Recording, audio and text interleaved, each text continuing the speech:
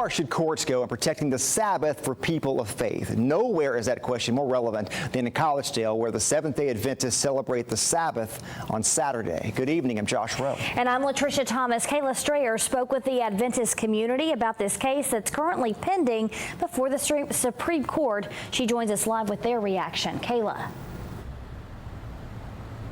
Yeah, good evening. So church members tell me even more important to them than their jobs is following God's commandments. They believe Saturday is the Sabbath day, and therefore they won't work on that day, even if it means losing a job.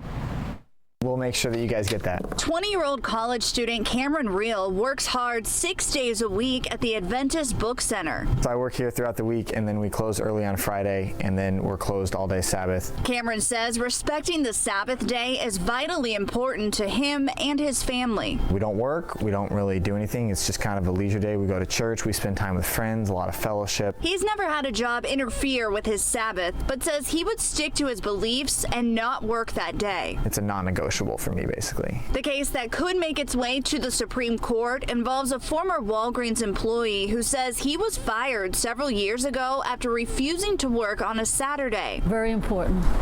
To me, it's like a matter of life and death.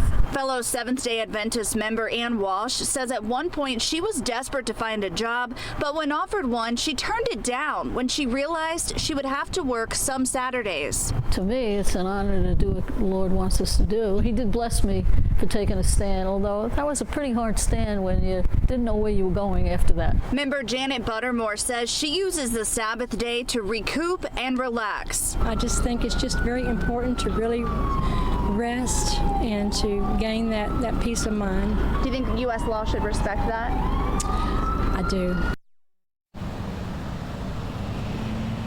So I spoke with the Seventh-day Adventist lawyer who will be arguing this case should it make it to the Supreme Court. He says he's hopeful that it will. He should know something by this fall. We're going to hear more from him later this week when he comes to town. Reporting live in Collegedale, Kayla Strayer, News Channel 9.